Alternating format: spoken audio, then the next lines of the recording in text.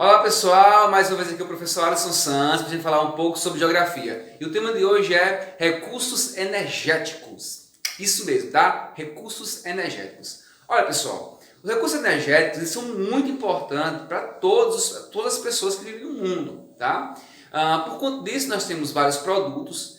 O setor produtivo de vários materiais ele precisa de energia para produzir, tá? Então o consumo humano na residência, o gás, combustível para carro, tá? Energia elétrica, tudo isso são fontes de energia, certo? Então é muito importante, certo? As questões energéticas. E o Brasil ele possui várias fontes de energia, entre elas a hidroeletricidade, tá? Os combustíveis fósseis, que nós temos aí o petróleo, o carvão mineral e o gás natural, certo? A energia nuclear e também as energias de fontes alternativas, como a eólica, solar e a biomassa. Tá?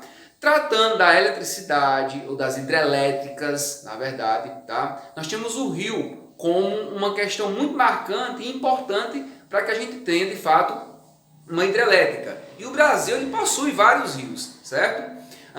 O volume da água, por exemplo, é muito importante, a força da água ela é importante, por isso o relevo ele é fundamental nesse processo, tá? Nos planaltos, por exemplo. Então o Brasil é um grande potencial da questão das hidrelétricas, certo? Para fazer usinas hidrelétricas, produzindo aí energia. Perceba esse gráfico, olha, com ele a gente pode perceber, pessoal, que a oferta de energia elétrica a maior parte é a hidrelétrica, certo? Isso mostra claramente nesse gráfico aqui que o Brasil lidera aí a questão da eletricidade com fontes de hidrelétricas, tá ok? Vou destacar para vocês aqui a hidrelétrica de Itaipu, tá? Que é uma hidrelétrica binacional. Binacional porque em 1970 foi assinado um acordo entre o Brasil e Paraguai, certo? Para construir essa usina hidrelétrica, a usina de Itaipu, tá? Lá no Rio Paraná, lá no sul do Brasil, certo?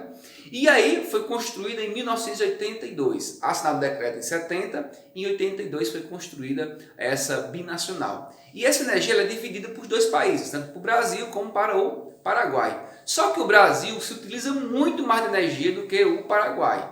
Isso porque o Paraguai possui uma quantidade menor de habitantes do que o Brasil. Então a população sendo menor, automaticamente há também uma quantidade menor de energia utilizada lá. Por sua vez, o Brasil paga o excedente para o povo paraguaio, certo? Pois a Itaipu, aí no caso, é uma binacional, tá certo? Só que as hidrelétricas, no modo geral, pessoal, possuem alguns impactos socioambientais. Sócio para a questão da população ribeirinha, né, a população que vive nas margens dos rios, alguns povoados, eles se acabam, né, por conta da inundação das águas, certo? Para fazer a hidrelétrica. E também a questão da fauna e da flora. Algumas espécies podem acabar por conta da inundação daqueles espaços. Mas a hidrelétrica, por exemplo, não traz nenhum impacto relacionado à atmosfera, não libera nenhum tipo de gases atmosféricos, para-atmosférica, do ponto de vista de poluentes, tá certo? Já os combustíveis fósseis, né, como por exemplo o gás natural, o carvão, mineral e o petróleo, eles são altamente poluentes, tá? E são os mais usados no mundo, certo, pessoal? Então a emissão de gases desses combustíveis são muito perigosas, né? Do ponto de vista do efeito estufa e a temperatura do planeta, tá? Tratando do gás natural, que é o menos poluído entre eles, certo? Ele é muito versátil, tá? Então ele pode ir para residência, pode ser usado em indústria, certo? Então, olha o gráfico aqui, pessoal. Nele vocês vão perceber que há um crescimento, certo? Da produção de gás natural no Brasil. Em 1999, por exemplo, o Brasil ele começa a importar da Bolívia gás natural, gás bol, certo? Gás bol. E esse gás ele vai para o sul e sudeste do Brasil. O Brasil é muito grande, precisa de muita fonte de energia, certo?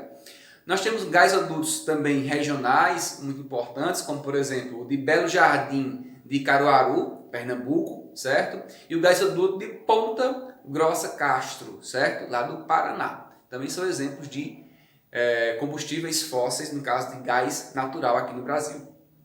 Já o carvão mineral, pessoal, ele é uma fonte de energia mais utilizada no mundo, certo? Para questões elétricas. No Brasil não, mas no mundo geral, né, é o mais utilizado e também o mais poluente, certo? Inclusive pode também ser utilizado nas indústrias. No Brasil, né, tem pouca reserva de carvão mineral, tá aí a explicação, porque não usamos tanto também, né? E de baixa qualidade também, lá na região sul do país, certo? A gente encontra lá o carvão mineral. Já o petróleo é diferente, né? São as principais fontes de energia, tanto no Brasil como no mundo, das principais. Faz gasolina com ele, querosene para avião, óleo diesel, entre outros, tá?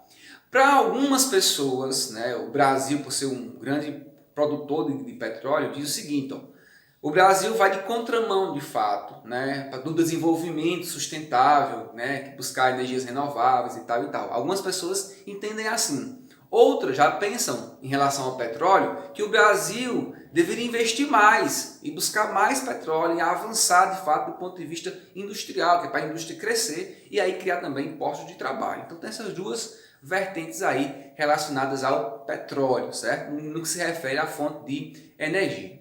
Já a energia nuclear, pessoal, é uma energia que ela é produzida nas usinas termonucleares, certo? E essas usinas termonucleares ocorre a fissão, ou seja, a quebra da molécula do urânio, certo? Que é altamente radioativo, certo? Que encontra-se esse elemento químico em algumas rochas, ok? Então, ele possui uma alta produtividade. O bom dessa termoelétrica, da energia nuclear, é que há uma alta produtividade de energia e é uma pouca emissão de gases, isso é o bom. Mas o ruim é que a implantação dessa termoelétrica é muito cara, certo? Além disso, a geração também do lixo nuclear, certo? E esse lixo nuclear não pode ser jogado em qualquer canto, pois ele polui altamente, altamente poluente, certo? E pode causar danos à saúde humana, animal, né? E o meio ambiente no modo geral.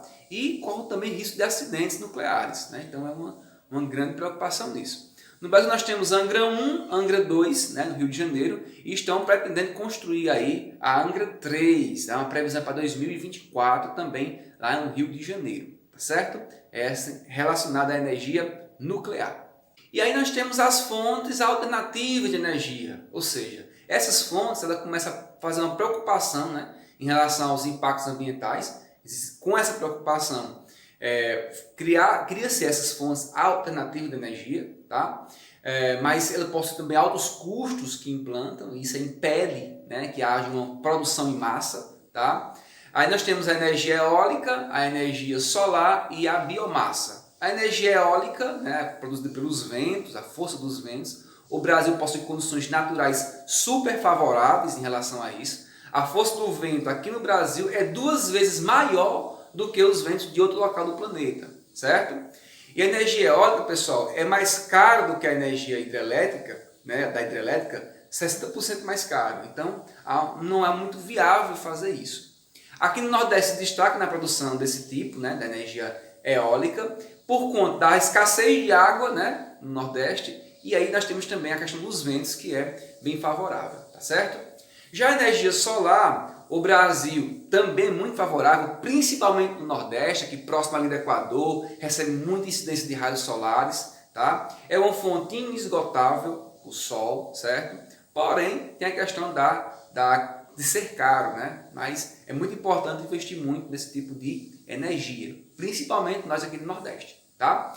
Já a biomassa é uma fonte de energia que utiliza recursos provenientes tanto da questão orgânica, né? Tanto vegetal como animal, certo? A questão orgânica, que vem a questão dos combustíveis da biomassa, certo?